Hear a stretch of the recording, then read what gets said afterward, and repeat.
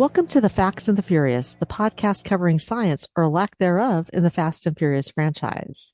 I'm Dr. Lisa Will, a professor of physics and astronomy. And I'm Melissa Miller, a science writer and big fan of the saga.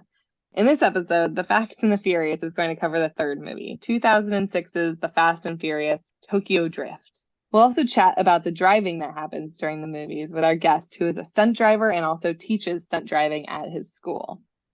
Lisa and I want to acknowledge the creative work of writers and actors that are on strike right now, without whom we wouldn't have these amazing movies. Hopefully they get a fair deal soon. We also recorded our interview with our stunt driver back in early July before the SAG-AFTRA strike started. All right, let's go ahead and dive into those physics questions.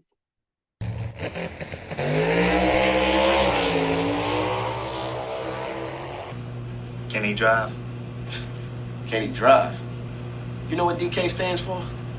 Donkey Kong? Drift King. Drift? What do you mean, drift?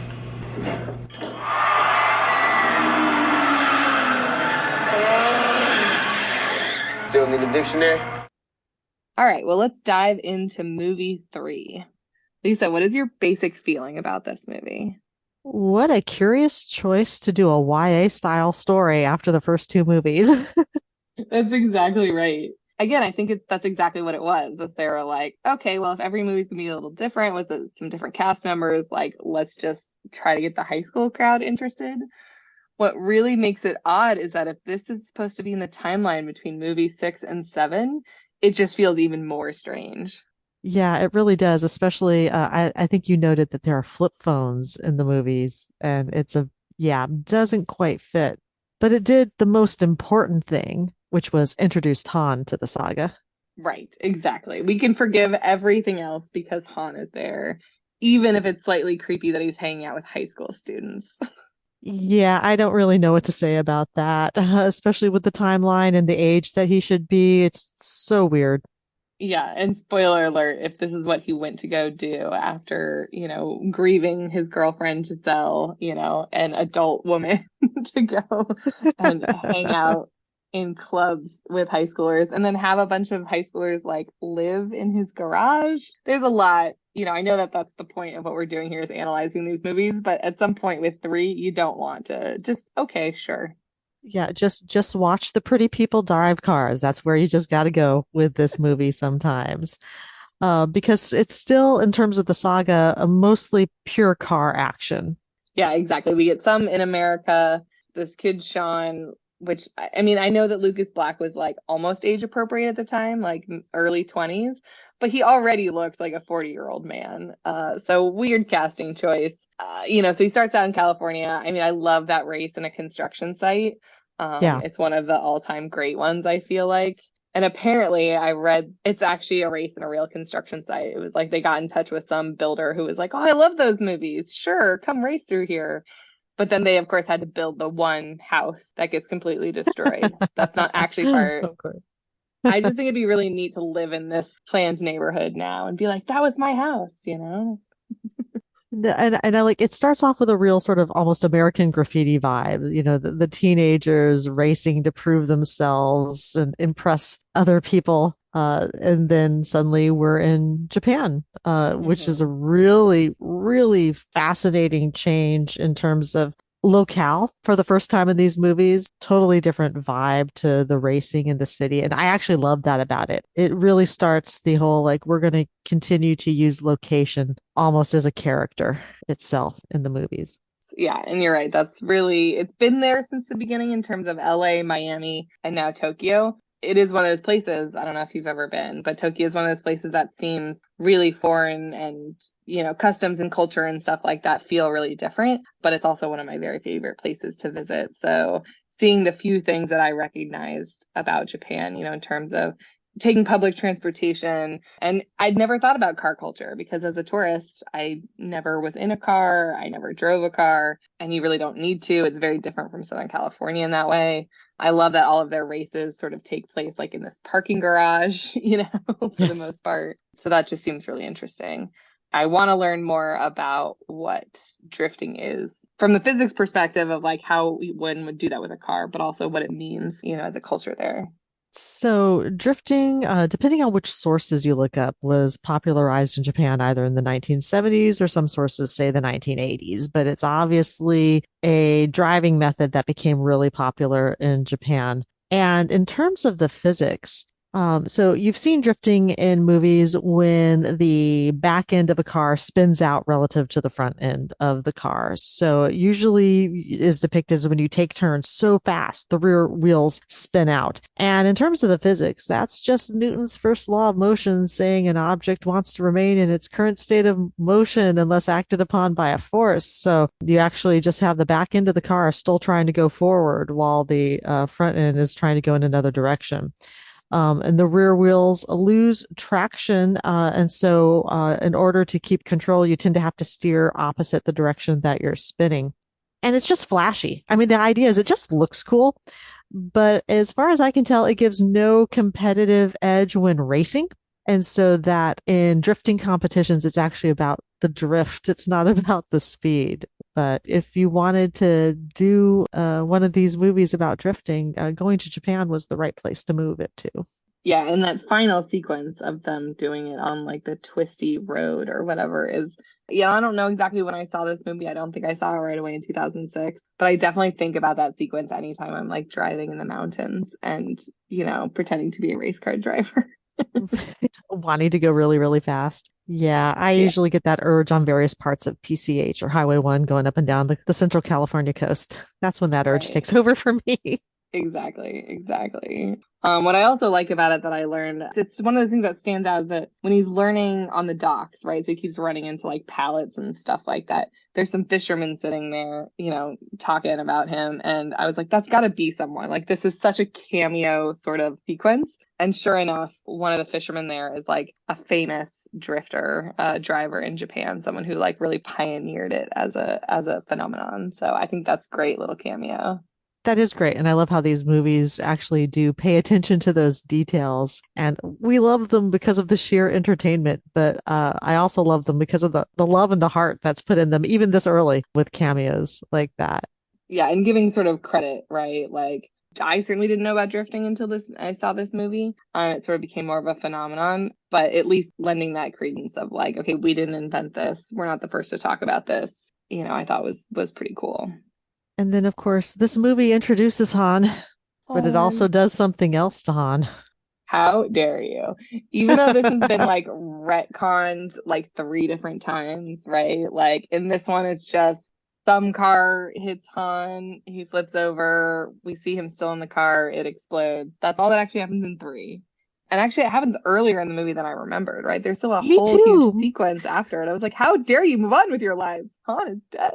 I know. Uh, That surprises me every time I watch it. And I'm just like, wait, this happened this soon? Yeah, exactly. But yeah, then by the time we get to the end, I think the end credits of five, it's that Jason Statham killed Han because of the events of movie four. And it's just like, okay, sure. There's a lot. And then retconning even later, spoilers, we'll get into it. But maybe Han isn't as dead as he seems because no one is as dead as they seem. Well, Yeah, I'm obviously glad they messed with the timeline to make it so that this happens later, so that we get four, five, and six with Han. But it's also very confusing. it is very confusing. And what's amazing is, so, spoiler alert for those of you who have not watched the entire saga, but this is not the only character that becomes undead. Now, what is particularly interesting to me about it is that this is one of the times where the explosion is just like, no, this character's dead. Like, they are dead. They cannot walk away from this. It seems very conclusive. And well, I'm glad it wasn't, but Right. yeah, and just in terms of the power of the explosion and the physics, the hand wavium really works well later in the movies to bring him back. Yeah, exactly. No, and you're right. There's one in Fast 10 that we can talk about when we get there. That's very similar to this, where you're like, oh no, that person is dead. But again, we've brought people back from the dead before, versus some where, with Letty, I have a feeling they maybe left that ambiguous anyway in four, just because, well, maybe the actress will want to come back. There's some other Yeah. ones, but this one seems pretty definitive. I don't think they intended for Han to be part of the series. But I don't even know that they intended there to be any more movies after this. Like Dom showing up at the very end and challenging Sean to a race, and Han was family, all that kind of stuff. Nothing could have come of that. That could have just been a cool, oh, it all ties back. So I'm obviously glad there are more. Yeah. But And then this is the last time in the saga we get a big, huge shift in cast. After mm, this, the cast begins to settle down a little bit more, but it was interesting having an entirely new cast for this one. Yeah, Han actually provides the through line into the next movies because the cameo with Dom at the end, I don't really count as being enough to keep it in right. the franchise. Yeah, well, and we'll talk about this when we're talking about movie nine, but Sean, Twinkie, and then the third guy whose name I don't even think is mentioned in this movie or in nine are at some point, question mark, number of years later, developing rockets and flying airplanes and all that kind of stuff. We will definitely get into rockets. So, I mean, yeah, this high school education or whatever really, really sends them off in an interesting direction. This was the first time seeing this in a little while. I had not seen Tokyo Drift in a few years at least. And I think because of F9, where Roman is talking about like I think we're superheroes, right? We can't be killed, all that kind of stuff. And us doing this podcast, I've definitely been thinking about that. And then when I saw that Twinkie's car was the Hulk car, I was like, well, maybe this actually takes place in the MCU, right? Like, have we ruled out that these aren't like metahumans and we live in the MCU with the Fast and Furious saga? So I suggest watching these movies with that question in mind, and I'll update later because it comes up again. This is not the only mention of the MCU that we get. All right, definitely keeping that in mind. Because I think people in the MCU would have Hulk cars, right? Like even if they weren't comic book, if that was a real superhero that existed in your world, there would be people who are like, I'm gonna have a car with a Hulk theme. Absolutely. I was thinking about it because of Spider-Verse, right? There's Spider-Man costumes in the Into the Spider-Verse. That feels real. Yeah, So, that really does. Because you would want to wear the costume of your friendly neighborhood Spider-Man. was there anything else we should talk about with this movie? I know we haven't really gotten to the big movies with all the crazy physics problems and stuff like that. Besides the concept of drifting and the explosion that apparently wasn't strong enough to kill Han, this is pretty much good old straightforward car action, sticking to the car action that drew us into the saga to begin with. We are almost at the point where that's going to change, but we're not there yet. What I definitely noticed seeing this movie from a just, I don't know, feminist perspective that I'm glad I don't see anymore after this movie is the whole the girl you're interested in belongs, quote unquote, to another guy, this rival or whatever. And it happens twice in this movie, right? There's the girl who like offers herself as the reward for the car chase in the Yeah. in the construction site, like gross. And Yes. and then also, the Yakuza, the high school girl who's dating, I guess not the member of the Yakuza, but the like nephew of the member of the Yeah. Yakuza who's playing Yakuza. This idea of like off limits women or whatever, and it happened with Eva Mendes in the second movie and stuff like that. I'm like, okay, Yeah. let's stop that as a theme. Let's And stop thankfully that. they It in part helps that we have some committed relationships amongst the male leads so that they can Mhm. be romantic leads but without having to do the pursuit of a partner. It's not going to be the last time women are objectified in these films. No. But I do try, like I said, I can't turn that part of my brain off, and sometimes I have to analyze why it doesn't irritate me as much. It irritated me in this movie. It Fair. did. Yeah, even if I could understand high school girls sort of putting themselves nuts in some situations like that or whatever, yeah, it being twice in this movie because I don't know, and Brian did it really in both of the first two movies too, and Yeah. you just want to like smack him like you're an adult man, and especially with Brian, it's like you're a professional law, right? At least in the first one, it's like you're a law enforcement officer, like don't hook up with the sister of your target or whatever. But anyway, Well, so yeah. yeah. I think Brian turned out to be a better criminal than a professional in some ways, but It's true. It's true. So, yeah, once again, disclaimer, these portrayals are not necessarily things you want to emulate. no, right, exactly. Don't drive cars like that and have more respect for yourself as a woman. And have more respect for women. Right. Yeah, because that's definitely a thing throughout part of, we talked about it a little bit with our car culture expert in the first episode. But yeah, the hot women sort of hanging around, car shows and car stuff like that or whatever. It's like that's obviously, I think that's in every single one of these movies, is that sort of slow motion booty shaking sort of car scene. And I at least like it when they show them at race wars, even though they need to stop calling it that. They at least show a greater diversity of clientele and people who are there. So Yeah. It is almost like something you have to like in order for this to be a Fast and Furious movie, you have to tick the box that says we have had the sort of dance rave sort of scene with the hot chicks. Yeah.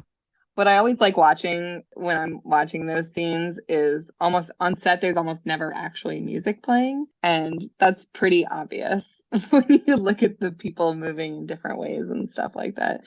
So that's how I amuse myself during those obligatory Fast and Furious scenes. I like to look at the costuming, the costume choices, and think of them as almost set dressing in a way. What is it establishing? So I think that's how I deal with that scene. I now think of that scene as being one of the characters that's going to tell me something about Yep, the movie. fair enough. Okay, well, those are our opinions at least about the movie. On Rotten Tomatoes, this movie has a 38% rating amongst critics and a 69% rating amongst audience members, which that sounds about right to me. From a critical perspective, yeah, that's kind of low, but it is fun to watch. Yes. The summary on Rotten Tomatoes is eye-popping driving sequences coupled with a limp story and flat performances make this drift a disappointing follow-up to previous Fast and Furious installments. Kinda harsh, kinda true. Yep. Harsh but fair is exactly how I would say that. Rotten Tomatoes doesn't, mince words or whatever, and I think that fits. Well, let's go ahead and get into our interview.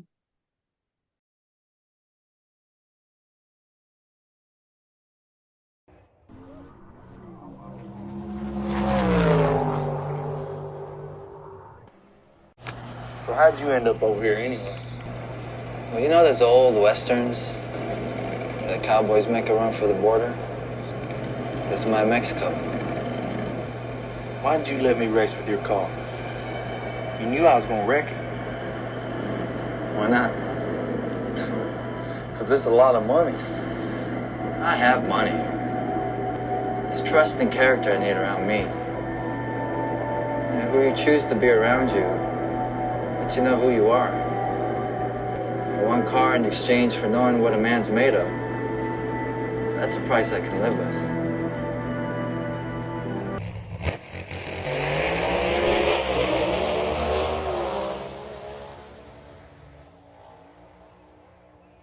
In this episode, The Facts and the Furious is going to chat about stunt driving as represented in the saga by driving cars in ways not generally recommended.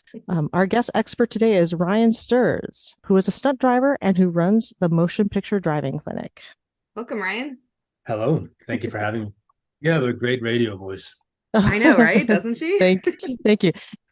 And Ryan was also one of our guests on the Comic-Con panel we did back in 2021. So we're really excited to have him back and cover some of that same ground, but also just talk more with you about all of the cool stunts and your participation in that world. So yeah, that was a fun time. I remember that panel fondly, and my kids still talk about that. They came to visit, and yeah, that was a great time. What a great audience that was. Yeah, it really was. Yeah, and I think we should do it again. I mean, I don't know when they're ever, finishing up this series. I think they've said that the next one is the last one, but I don't believe it. But either way, we should do this again at Comic-Con. I think maybe 2025 when that next movie comes out. I'm here for you. I'm ready for it. Excellent. Well, can you quickly, I guess, define what stunt driving is as a career and tell us how you got into it? Oh, that's a really good question. So let's define stunt driving first. And this is a question that I ask students at the Motion Picture Driving Clinic, the stunt driving school that we run. What is stunt driving? The way that I define it, it's really telling a story with a car, using an inanimate object to tell a story, to convey emotion, to show anger or frustration or urgency. So that's really all that is. And, you have actors that convey emotion with their eyes and their looks and their language and their voice and their body language.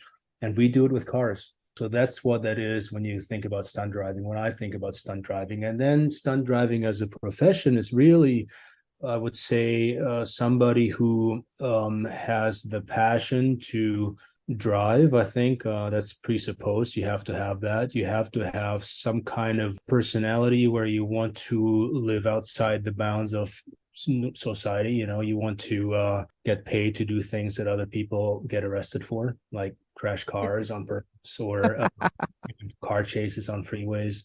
I think to be successful in stunt driving, you have to have the determination to practice and get good at it, but you also have to make it a lifestyle. I think if people come to me and they say they want to be a stunt driver because it's cool and they want to get the pats on the back, I tell them that it's probably the wrong career for you, because stunt driving is not truly a career, it's a lifestyle.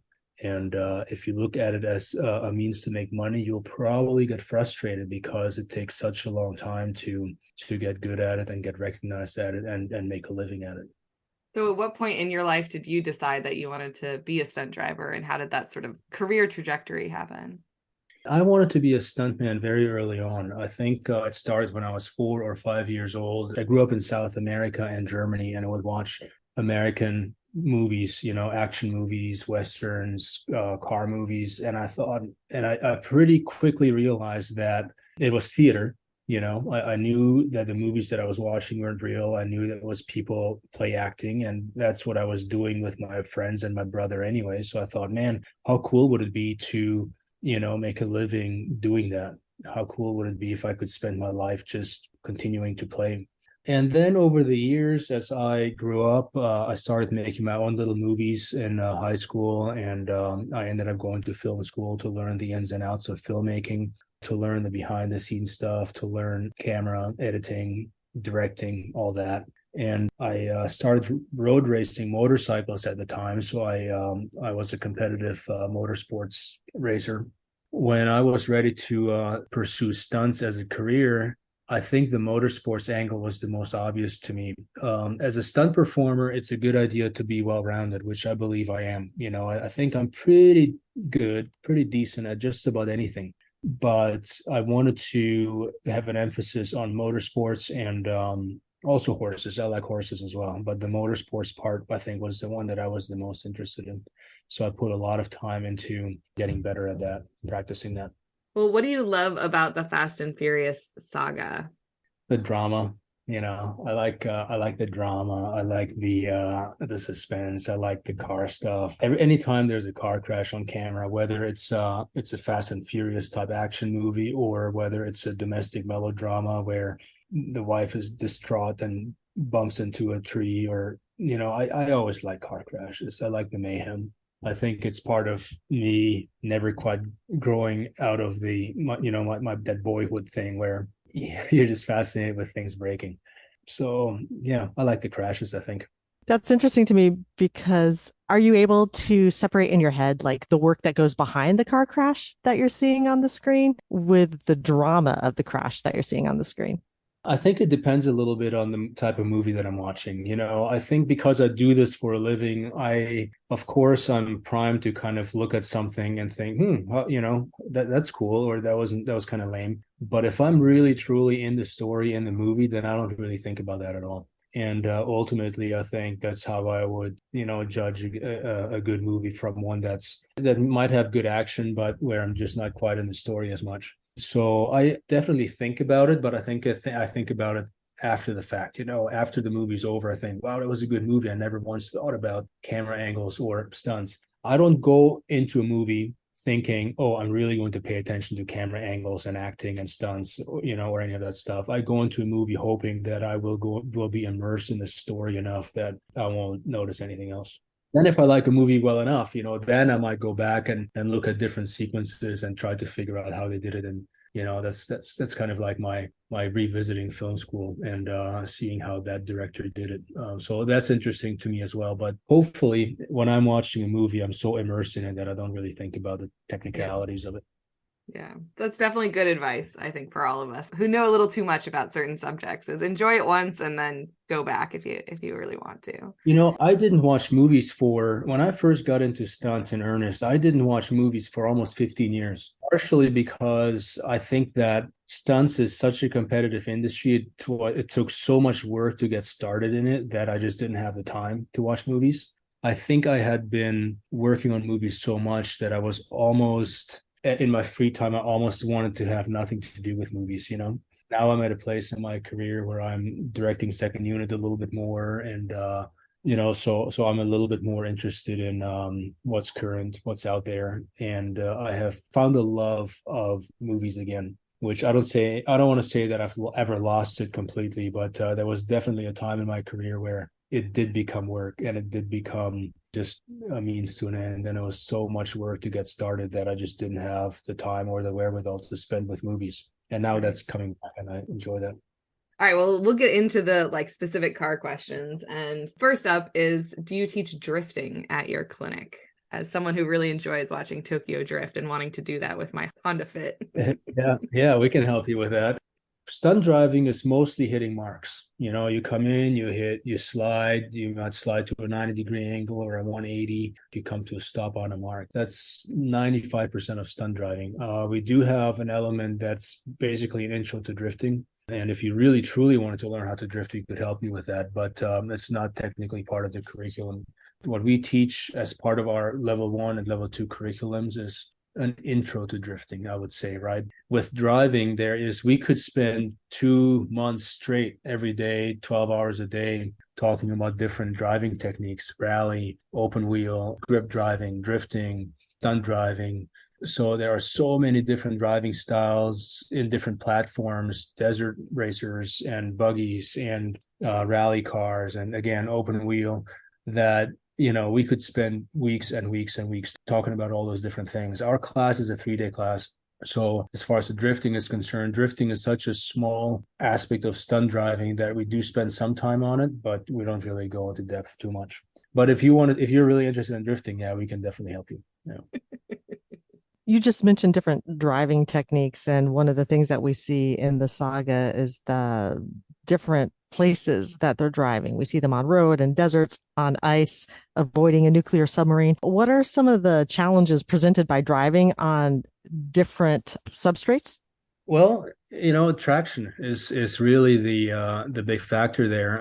If you're on dirt, you have less traction than when you drive on dry asphalt. When you drive on wet, you have different traction than if you drive on dry. Ice is different. Snow is different. Snow is different depending on whether it's hard packed or fresh powder or wet slush, again, on top of pavement or dirt or on top of grass, maybe, So every situation is different, and then every car is different. And sometimes the cars are set up really well, and sometimes they're set up really poorly. And then it's up to us as the drivers, as the experts, to come in and say, well, this is a scenario, and I don't really have the tools that I need in order to succeed. And then you start a conversation with the producers and the director and the stunt coordinator about what it is that they're trying to achieve and how that is best achieved. And then you start talking about maybe you mount different tires, or you do work on the cars, you modify the suspension on the cars. Maybe if you drive on ice, maybe you'll put studs in the tires, for more grip. So that's when you start to modify the cars. You start modifying a all-wheel drive car into rear-wheel drive only if you want to drift. Yeah, you start making modifications to the cars and the tools that you need to get the shot that you're after.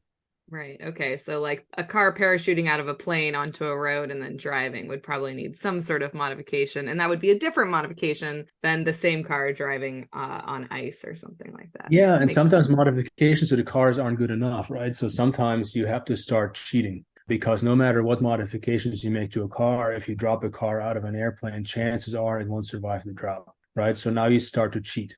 Now you drop one car out of the plane, then you cut and you drive out of the shot with a different vehicle because you just broke one. See? So that's typically the case when you jump a car. When you jump a car, you normally expect to break the one you're jumping, and then you have a second car that you're landing with and driving out of the shot with. And a lot of times you can see that in the movie. You'll see the movie, you see the car jump and land, and you can clearly see the front suspension break and the frame break, and everything gets dented, and then they cut to a shot of the car driving out, and it's a brand new car again. So that's when you start to cheat. Thank you for saying that because one of the things I wanted to know, I know from a physics perspective and an engineering perspective, like cars aren't meant for this. How often can you reuse one of the stunt cars, or do you just have to go in assuming like, okay, we're driving down a steep ramp, we're done with this car? Yeah, it depends, it depends on the size of the jump or just whatever you're doing. If it's possible, I like to have backup cars just in case.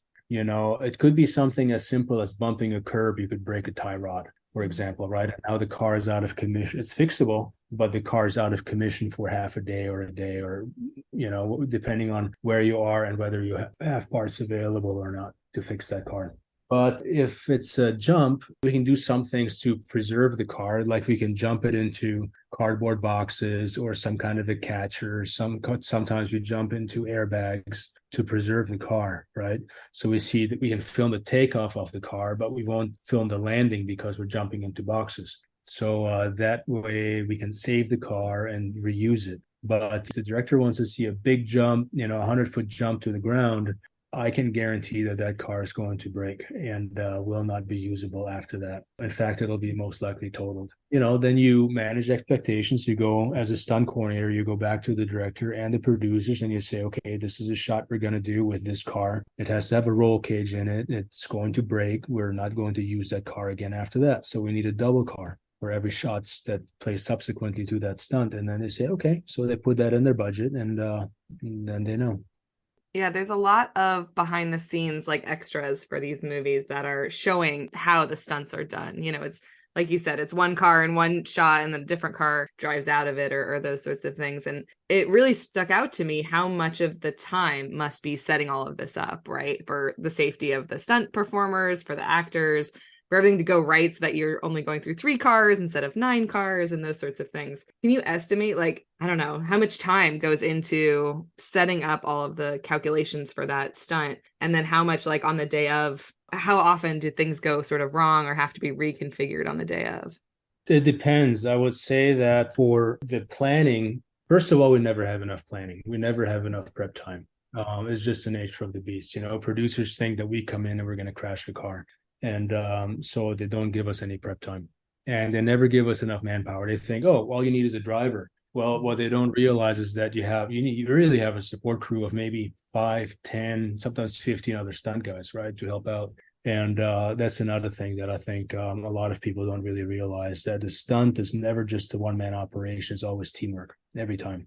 And then the prep work is really more in shooting it. And to me, the prep work is not so much in performing the stunt, usually. It's more in the plan of attack. What angles are we going to shoot? How are we going to sell the story? We know that the car is going to break on this particular shot. So how can we cut around it? How can we shoot the lead-ups without breaking the car?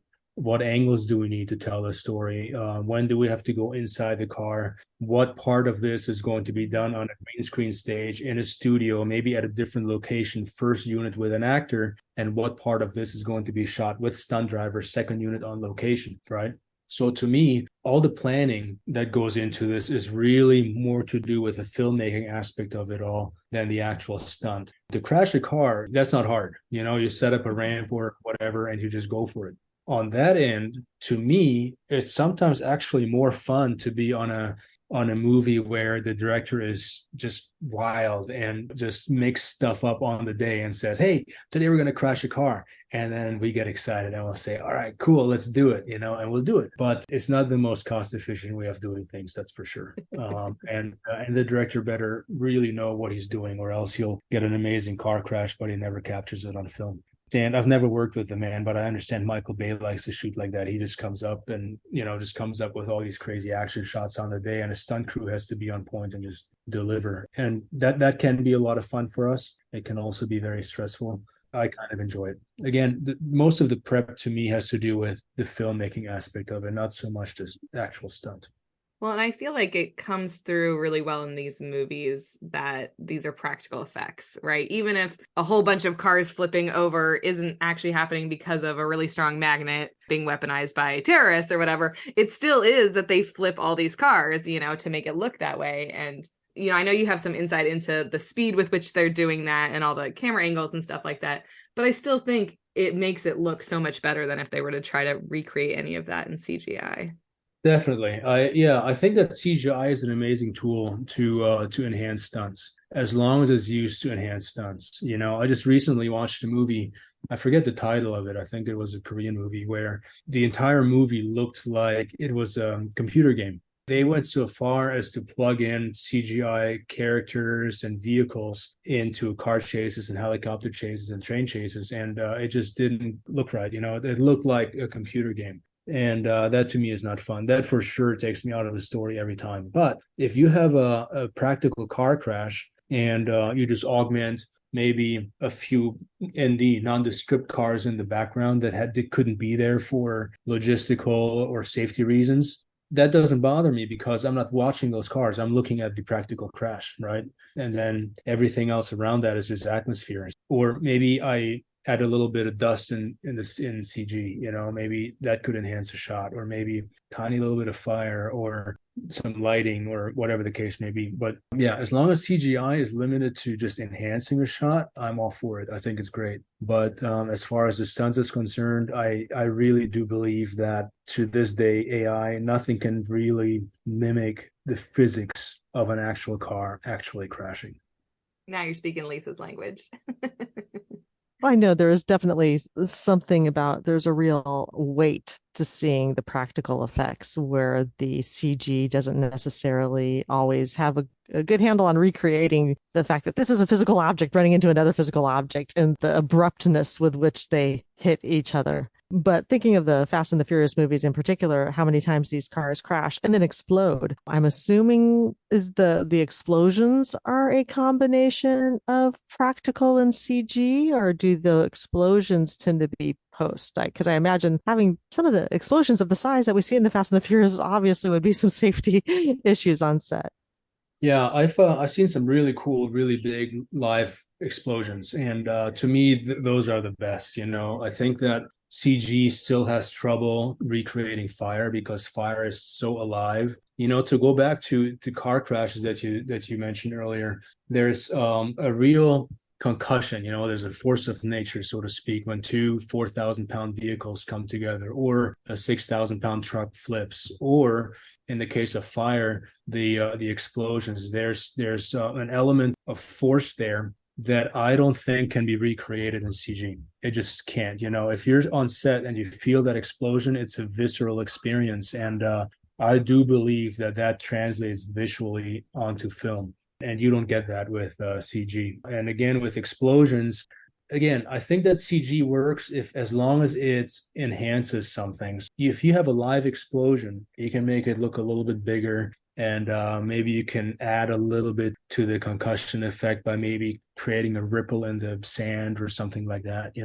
So I think that CG can be really helpful there. But I still think that live explosions are the best and the coolest. Now, what has happened a lot in the last, I would say, maybe 10 years on sets that I've been a part of is where explosions are not done with fire. They're simulated with air, compressed air.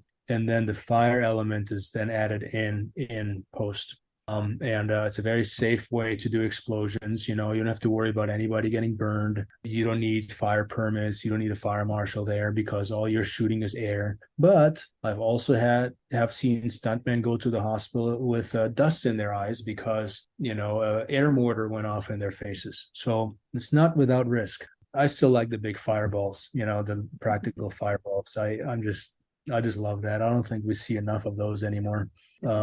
So yeah, that's just me. That's a 15-year-old boy in me. Okay, so I have some I guess logistical questions about cars from someone who only drives them the way they're really intended. Is in my rewatch, I've noticed Dom's signature move at the beginning of a drag race is what I'm calling the hungry hungry hippo, where the front of the car lurches up as he takes off. Is that even possible? Is that a thing you can do with a car?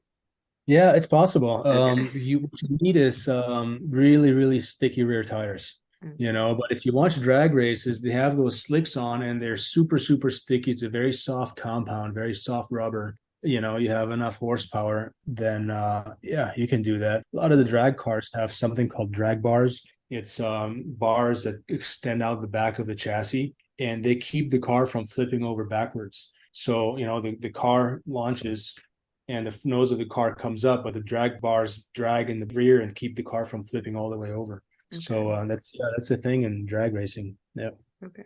So I guess we were curious about what advantage does that give you if your car can do that, but the person you're racing can't?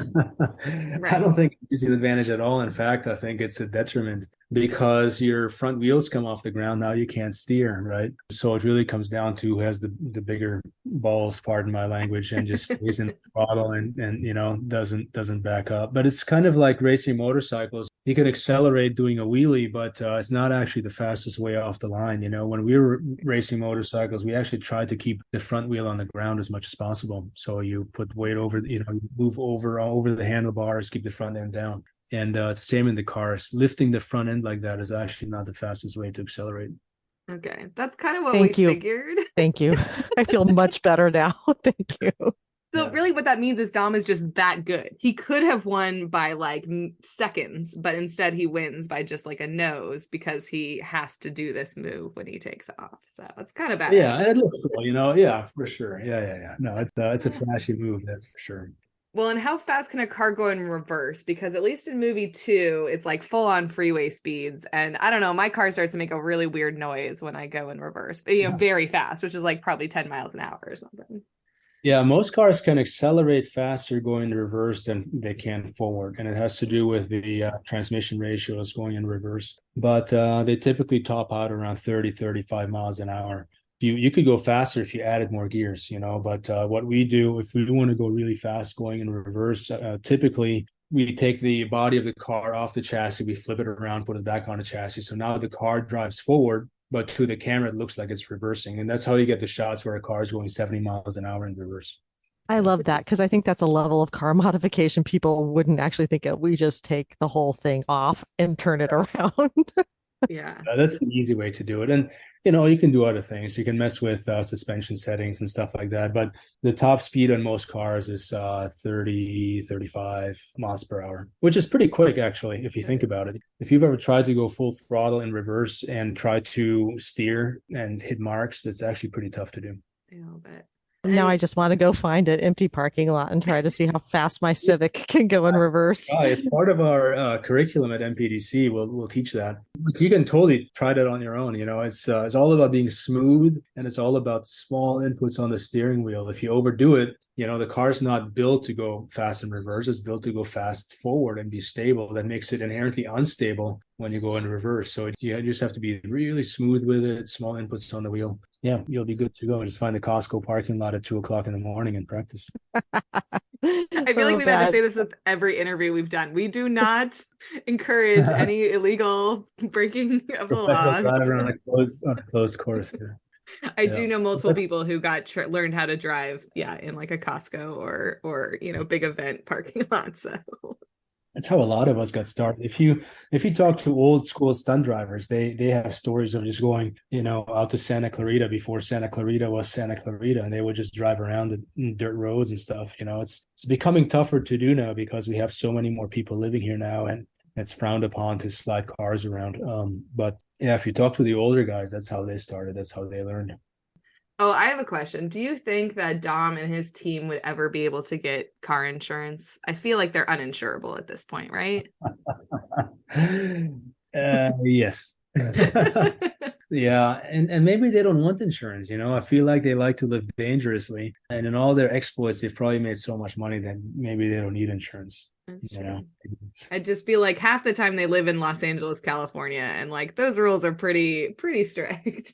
So sure, when they're in Rio or the Dominican Republic, I'm like, okay, sure, maybe there they don't, but I don't know, something about their like, cars being impounded because they don't pass smog in California just cracks me up. I just worked on a Geico commercial, and I'm sure Geico would insure, and Geico insures anybody. Do you have to put like hashtag ad on that, Yeah, Geico will take care of you. So we've been talking about car modifications, and another question I had thought of was actually, is there a way that you could actually modify a car to the point that they could realistically take all the punishments they receive in these movies, or would doing all the modifications just make that car unusable? To a point, you can probably modify a car to where it can drop 10 feet to the ground, but then you're starting to deal with looks as well, right? So now you're putting bigger tires on, you're probably modifying the suspension for more travel. Can you do that with a Dodge Charger and still make it look like a Dodge Charger? Probably not. Now the Dodge Charger is starting to look like a trophy truck, like a desert racing truck, right? So at some point, it becomes unreasonable to make those modifications. But what you could do if you wanted the car to drift like a pro drifter, you would maybe put in a manual transmission as opposed to the automatic. Maybe you would put in a spool, a locking rear differential as opposed to an open rear end. Maybe you would make some power upgrades so you have that power. Maybe you would modify your gear ratios in the rear end. So you could make modifications to that effect. Yeah. Again, for smaller jumps, you can probably make some modifications to keep the car alive. But at some point, you run into the reality of physics, what's possible and what's reasonable. I'm curious if actors ever come through your driving clinic and how much training it takes, considering most of the driving on screen is the stunt driver, but just to give them that edge of sort of reality. Yeah, it happens. We have actors come out quite often. We had Vin Diesel out there years ago. We've had Keanu Reeves out. We've had Tom Cruise out. We've had Charlize Theron out. So we have actors come out all the time. In fact, just recently we had an actress who had never driven a car before. She's 24 years old and she's about to play a badass driver in a movie. And I guess she's from London perhaps, and they don't drive cars there. And she didn't have a particular interest in driving, so she just never got her driver's license. So we had to train her from scratch just how to drive a vehicle. So yeah, actors come out all the time. It's usually something that the studio does to kind of, butter up the actor and give him a good time. Sometimes the actor wants to do it because they'll be on a green screen stage acting like they're sliding the car. So they want to have an idea for what it feels like. But it's very unlikely that an actor these days actually gets to slide a car around because of insurance reasons. Even if we thought an actor was perfectly capable of doing it, the insurance company would probably scoff at that and they would say, no, they want to have, the professional driver there. But we do have actors come out all the time and they usually have a really good time and they're usually really, really good. I can't think of an actor who was a horrible driver. They're usually actually quite talented. Yeah. Well, considering I've seen in movies where the actor's clearly on a green screen and they turn the car like the wrong direction that the car turns, like a little bit of reality is obviously a good thing. And for these movies, when you see the behind the scenes thing of the stunt driver and then, Paul Walker there, moving his hands and shifting at the right time and stuff like that, it definitely lends a, credibility or something like that. Yeah, I think so. I think it should be done more. I worked on quite a few Westerns in this past year. And somehow production, again, it goes back to the corporate mentality. I think production doesn't really want to pay actors to take horse riding lessons. So now we have riding doubles for all the actors, and you put an actor on a horse and it just doesn't look like they can ride. If you watch old Westerns, Jimmy Stewart, Henry Fonda, all those guys rode. It looks like they can ride because they can ride and they spend the time riding. Nowadays, you put actors on horses and it's very, very obvious, even to non-equestrians, that these guys can't ride.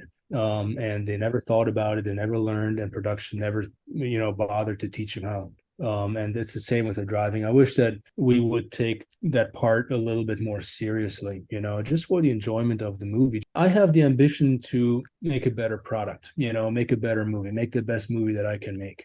And I think that unfortunately there's a little bit of a sense of we just want to make a movie that makes us the most amount of money for the least amount of effort, and that's a bit of a bummer to me as a cinephile. Well, and like at Comic-Con and when I hear actors' interviews, always the best stories are the ones that come from when they went right before production, when they went to whatever school for a week or two to learn horseback riding or stunt driving or something like that. So it clearly enriches, the behind the scenes experience and on screen. Yeah, it's that whole research and discovery at the beginning of a movie. That's actually part of, the job that is the most fun for me. It's fun for me to sit there and research something. A director might come at me and say, "Hey, how would you rob this bank?" And I'm like, "I don't know, I've never robbed a bank," right? But the research and the thinking about the rigging and the problem solving, that to me is the fun part of the job. How can we jump this car and not break it? Or how can we shoot it so that it looks like one continuous shot? In the meantime, we break the car 3 times in the middle of that one continuous shot, right? But how can we make it look in such a way that it's one shot and one car? So how can we fool the audience? The sleight of hand is fun for me. Yeah, the prep, the learning, the personal growth that goes into stuff like that. That to me is the fun part. And I see that with actors time and time again, as they delve into a new character and they learn a new skill, be it shooting guns or driving a car or riding a horse. It's for a lot of these guys, that's the fun part. Some guys don't care. Some guys will come out and say, I'm scared of horses. I will never swing my leg over a horse. You will double me every single shot. So that happens too. But I think that most actors, myself included, I'm not an actor, but I really am because I'm a stunt performer. Stunts really is acting, right? That's the fun part for us, the learning and the learning a new skill and figuring stuff out. So I think we have a few more questions. One of them is sort of a practical thing about the stunt vehicles themselves. And NOS is like another character in these movies. What is NOS, and do you actually use it in the stunt vehicles? To my knowledge, that was not actually used on the movies. NOS is nitrous oxide, and you inject that into a car, and it gives you a boost of power. Sometimes the expense of the engine. You create more pressure in the engine, and if you overdo it, you can burn one up. You can blow heads off and all that stuff. As far as I know, NOS was never used in the movies, but it does work. It does work in drag racing applications. It gives that engine, as the engine is accelerating, it gives it that extra boost of power. But the cars on screen practically are never going as fast as they are in these drag races, right? No. So on most of the time, even in car chases, we drive around 35, 45 miles an hour. It's very rare that we go faster than that. And then, with long lenses and different perspectives, things moving in the foreground or in the background, we create the illusion of a speed. So if there's a car chase on the freeway, maybe freeway traffic goes 20 and we go 45, right? But it looks to camera like we're going 80 and the background traffic is going 60. It's all in the editing and in the way that it's shot. And trust me, 45 on a movie set feels fast. It doesn't feel like 45 on the freeway. It feels like you're going, mock chicken, as my friend Blake called it. Would you personally go up into space in a modified Pontiac Fiero? That's a little bit like diving to the Titanic on a Titan home-built sub. Yikes. Yeah, You're not wrong though. Look, I'm not in stunts for the thrill of it. I'm in stunts for, like I said earlier, the problem solving and the camaraderie and the fun. But I don't have a death wish. I wouldn't bungee jump just for the fun of it. Let's put it that way. You'd have to pay me to do it, and I would have 5 looks at the rigging involved. And so the answer would be no, not in a Fiero. In a spaceship, maybe, built by NASA. Yeah, I probably would. I think that sounds like fun, but not in a modified Fiero. Nope. I'm with you.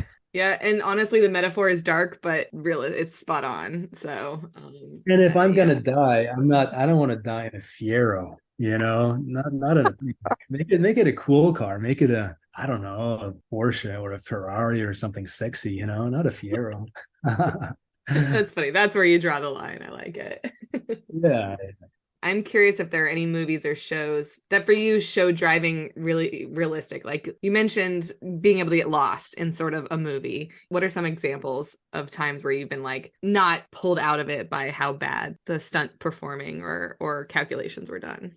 I would say maybe I'm aging myself, but to me, it's all of the older movies. I think that the 70s, late 60s, 70s, maybe the 80s were some of the golden ages, was maybe the golden age of car chases, because it was after the 50s when everything was sped up to make it appear faster. And it was before CGI became so prevalent that now is used for everything.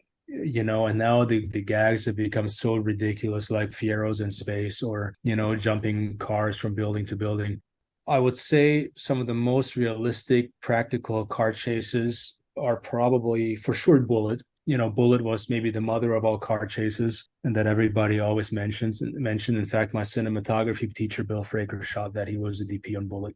And The French Connection is another good one. To Live and Die in LA has an amazing car chase. And all those car chases just feel realistic. There's no music. There's no, the camera's inside the vehicle with the protagonists just, going. And you can see the drivers make mistakes. They're not perfect drivers that are drifting everywhere. They make mistakes, they mess up. Another really, really good car chase that I had forgotten about. I just recently rewatched this movie is Point Break, directed by Catherine Bigelow. I think James Cameron was producing. And that's an amazing car chase. Really, really cool, realistic, some fun driving and high energy, high stakes. So those are the ones. And I never once thought about, oh man, I have to remember this angle, or, I was in the movie, the car chase was over, and I thought, oh man, I have to rewind and watch that again and look for angles, look for, shots they picked and how they did it and how that was done. But those to me are fun movies.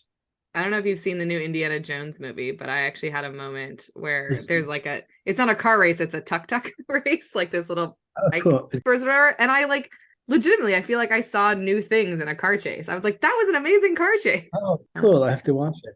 Yeah. I mean, I'm obviously not a professional or anything like that, but having been rewatching the Fast and Furious movies and loving a good car chase in general, I was like, that was actually a lot of fun. This like tuk-tuk race. But here's the thing. I know stunt people that make action to impress their peers. That has never been my goal. I make movies for people like yourself. I make movies for, a 10-year-old kid in Illinois who's never going to work on film sets, who just wants to have that, maybe they're sick in bed during summer while all their kids are playing outside. And this 2 minutes of car chase that I create is going to brighten his day. That's who I make movies for. So I've never thought about making movies, to impress my peers. I've always just wanted to create good entertainment for, just regular people, because I was that kid, I was that kid who just got so much joy out of watching a fun story and watching his heroes do cool stuff and all that.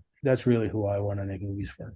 You mentioned that your path to stunt driving came from a love of movies and doing motorsports. If someone's interested in becoming a stunt driver, how would you tell them to go about that? I would tell him to take my class. And of course, it's, I'm selfish in that, but we do have a very good reputation in the business. And stunt driving has become so competitive that coordinators actually are beginning to presuppose that somebody has taken our class, right? So taking our class not only teaches you about driving and stunt driving, we talk about set etiquette. We talk about how to get started. We talk about how to hustle, where to hustle, who to talk to, and you meet people. Film in general is a people business, right? And so when I got started, I didn't know any stunt performers at all. So I took the class before I bought the school. I took the stunt driving class.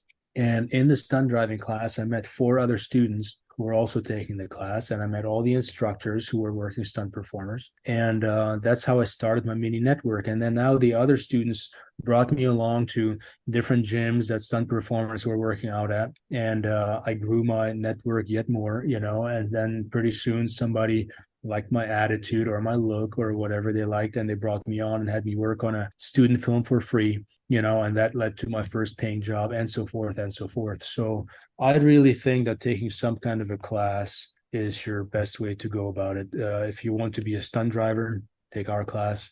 motionpicturedrivingclinic.com or MPDC on Instagram. You can find out about our schedules. You can see videos. You can find out what we're all about and what the class is like. If you want to do a more well-rounded class, there's a class in LA. There's one in Seattle, I think. I forget the name of that school. And Banzai Vitale has a great school here in Los Angeles. If you look up that name, Banzai Vitale, I'm sure that you can find that as well. And they teach all around stuff, some fights, some stair falls, maybe a little bit of fire. They kind of touch on all these different things. So I like schools. I think it's a good idea to start with one and just kind of, build from there and see what you like, see what you're drawn to. Maybe you don't like driving at all. Maybe you want to be a wire expert. Maybe you want to be a rigger. Maybe you decide that you never want to hit the ground and you just do something different. You want to be a coordinator or whatever the case may be. And but I think a school is a good place to start. That's awesome. We'll put a link to the website up in the show notes. And awesome. Thank you very much. Maybe if Lisa and I ever get our field trip and cash flow together, you'll see us there if you join. That's amazing. Yeah, I really want to do it. I really wanted to do it. Yeah, and civilians take the class all the time. We call them civilians, people that never want to do stunts. They have no ambition to do stunts whatsoever. They come take the class, and they usually have a really good time. Oh, I'm sure I'd have a really good time. My concern would be that I wouldn't be able to turn it off. That like when I went back to my regular life, I would still be, sliding into parking spaces and all that kind of stuff. That does happen. Sometimes you're on set and you do a really big stunt and you get the pat on the back and you drive home all amped up on adrenaline, and yeah, you just want to smash into cars. Yeah. Yeah. Well, thanks, Ryan, so much for joining us. I really appreciated all of your insights, and I feel like I can watch the rest of my rewatch of these movies with even more information. Thanks, Lisa and Melissa. I really enjoyed the time. Appreciate it.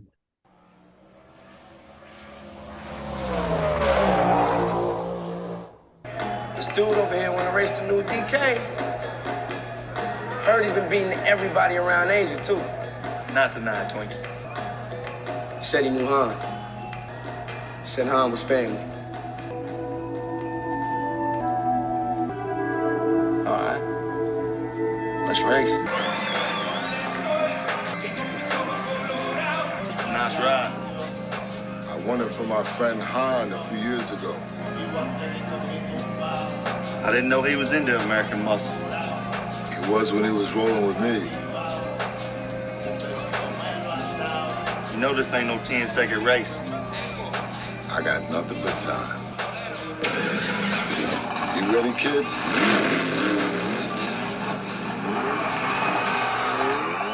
That wraps up this episode of The Facts and the Furious. We want to thank our guest, Ryan Stirs, and we want to thank all of you for listening. Check out the show notes for links to our guest and the other things that we talked about.